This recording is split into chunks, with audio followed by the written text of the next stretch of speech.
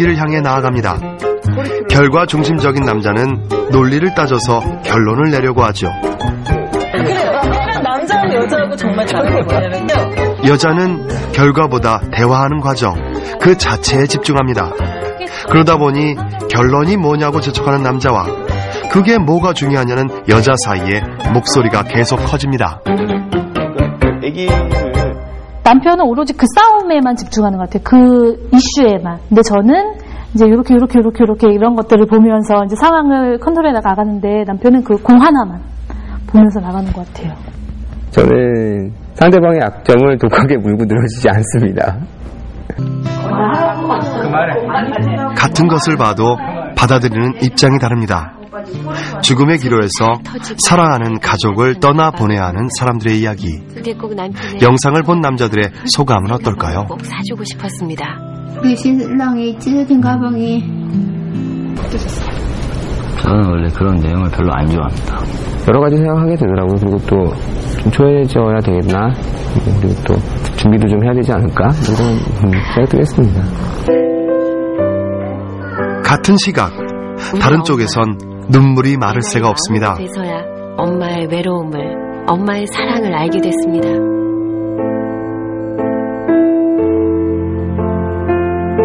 어떤 점 때문에 이토록 깊이 공감하는 걸까요?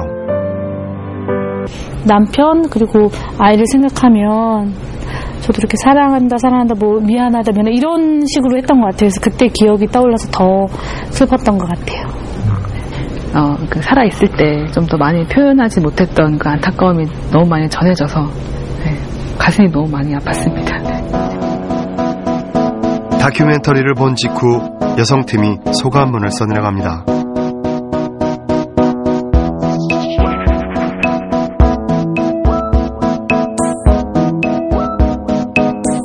마치 자신에게 닥친 일이라도 되는 양 구구절절 슬프고 가슴 아린 감정이 고스란히 전해져 오는데요.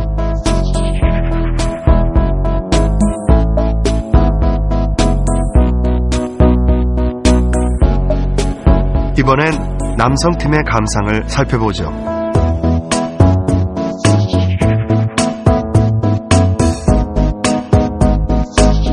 지극히 현실적인 반응이 감정을 표현한 아내들의 그것과는 확연하게 달랐습니다.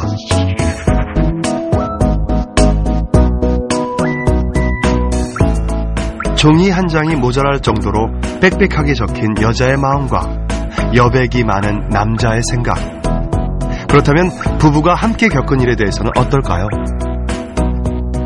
자기 자신의 결혼식 장면을 한번 떠올려지는 것을 여기에다 한번 그려보세요.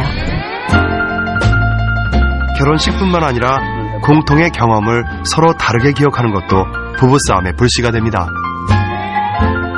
결혼식을 기점으로 해서는 되게 이렇게 균형을 좀 잡아가는 시간이 된다라는 그런 의미를 이제 표현을 한 건데 그림이 참 안타깝습니다. 그러니까 이제 끝이다. 이제 와이프는 내 거다. 빨리 결혼식을 끝내자. 이런 기분에서 그냥 심차게 걸어 들어가는 모습을.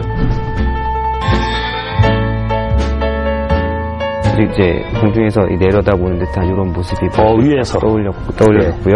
전자 이제 카메라에서 줌인을 하듯이 들어가는 겁니다. 신랑과 신부가 마주보고 있고. 남성분들은 결혼식 당시의 상황을 사실이나 사건 중심으로 말하거나 표현했습니다. 또한 어떠한 남성은 감정보다도 결혼에 대한 어떤 철학이나 의미를 상징적으로 표현했습니다. 전반적으로 남성분들의 표현 방식은 객관적인 사실을 바탕으로 해서 의미를 부여한 마치 니스 형식과 같다고 볼 수 있습니다. 그렇다면 아내도 남편과 똑같이 그날의 일을 기억하고 있을까요? 그때 눈이 굉장히 많이 왔었거든요. 그런 날씨에도 불구하고 많이 오셨다는 게 저는 너무 감사해가지고. 그러니까 여기 또 다른 하객들 없잖아요. 저희 둘만 있고 저희가 재밌게 생각하는 여러 가지가 있고 그래서 우리 둘이 이렇게 재밌게 결혼식을 했던 것처럼 지금도 재밌게 잘 살고 있다? 엄마 아빠를 보고 싶었는데 막 울 것 같은 거예요. 근데 행복한 출발을 알리고 싶어서 울기가 너무 싫었어요. 그리고 조금 엄마를 보고 싶은데 제가 엄마를 바라볼 수 없어서 뒤통수를 그린 거예요. 지금도 눈물이 막 그렁그렁 나올. 여성들은 결혼식을 떠올리면서 당시에 자신이 느꼈던 감정이나 하객들과의 관계에서 오는 다양한 느낌에 대해서 연상하고 그때의 감정을 나타내는 경향이 있었습니다. 결혼식장에 나란히 서 있었지만 남자는 그때의 상황을 머릿속에 그리고 여자는 그때의 감정을 동시에 떠올립니다. 남성의 뇌는 보는 것과 정서적인 경험을 담당하는 영역이 서로 분리되어 있습니다. 하지만 여성은 둘의 영역이 일치하죠. 이 때문에 똑같은 것을 봐도 정서적인 경험까지 기억할 수 있다는데요. 여성들이 남성에 비해서 정서적인 자극들에 대해서 민감하도록 유전되고 학습되어 있는 부분이 있습니다. 출산과 양육을 하면서 자녀들에 대한 그와 같은 정서적인 반응을 민감하게 받아들이고 대처를 해야 되기 때문에 유전적으로 그리고 학습적으로 그와 같은 정서적 자극에 여성들이 민감하게 돼 있고요. 뇌 영역에서도 보게 된다면 그런 시각적 정보들과 그런 정서적 자극들에 대한 그런 기능적인 결합이 남성들에 비해서 훨씬 빠르고 정확하게 이루어집니다. 사실 지금까지 저희가 보여드린 남녀 간의 차이는 수많은 부분들 중 일부에 불과할 겁니다. 머리끝부터 발끝까지 이렇게 속속들이 다른데 어떻게 평생을 함께 살아갈 수 있겠냐고요? 유명한 철학자 니체는 이런 말을 했습니다. 부부생활은 길고 긴 대화와도 같은 것이다. 태어날 때부터 서로 다른 남자와 여자가 그 차이를 극복하고 행복을 유지할 수 있는 비결이 바로 이 안에 있지는 않을까요? 야속한 세월 때문에 등 돌린 사이가 됐다 하더라도 여러분은 한때 서로가 그리워 잠 못 이루던 연인이었습니다. 세상에 그 어떤 잘난 여자, 잘난 남자를 데려와도 이보다 빛나 보이진 않았죠. 그래서 결혼이라는 길고 긴 여정에 서로를 동반자로 선택한 게 아닌가요?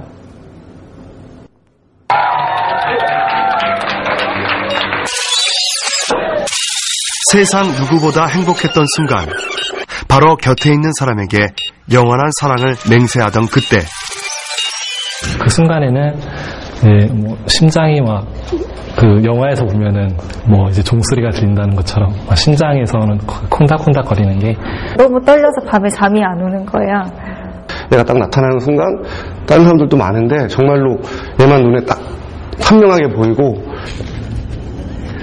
서로가 너무 달라서 화가 날 때, 그래서 서로가 미워지려고 할 때는 사랑에 빠졌던 순간순간을 떠올려 보세요. 우와. 사람들만 부르라는 법, 떨리는 모습을 당신도 보나요? 그대 때문에, 그 사랑 때문에. 조용히 줄래요?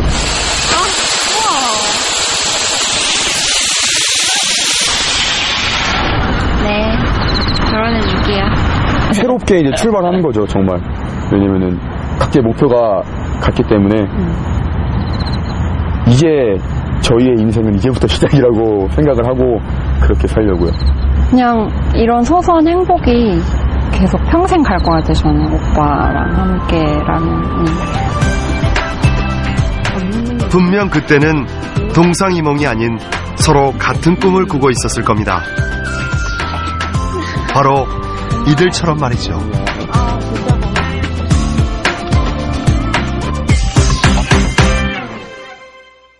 학원, 과외 학원? 결혼은 신화예요? 애 낳는 건 전설이다. 본의 아니게 결혼 파악을 할 수밖에 없는. 그 여자친구라는 관계의 설정이 부담스러워요. 집에 있는 시간은 늘 고양이랑 같이 있는지 외롭지도 않고.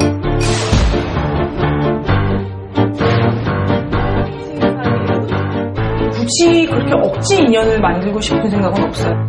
나 하나도 제 몸 건사하기도 힘든데 그냥 계속 생각하고 있어요. 지금은 사치라고.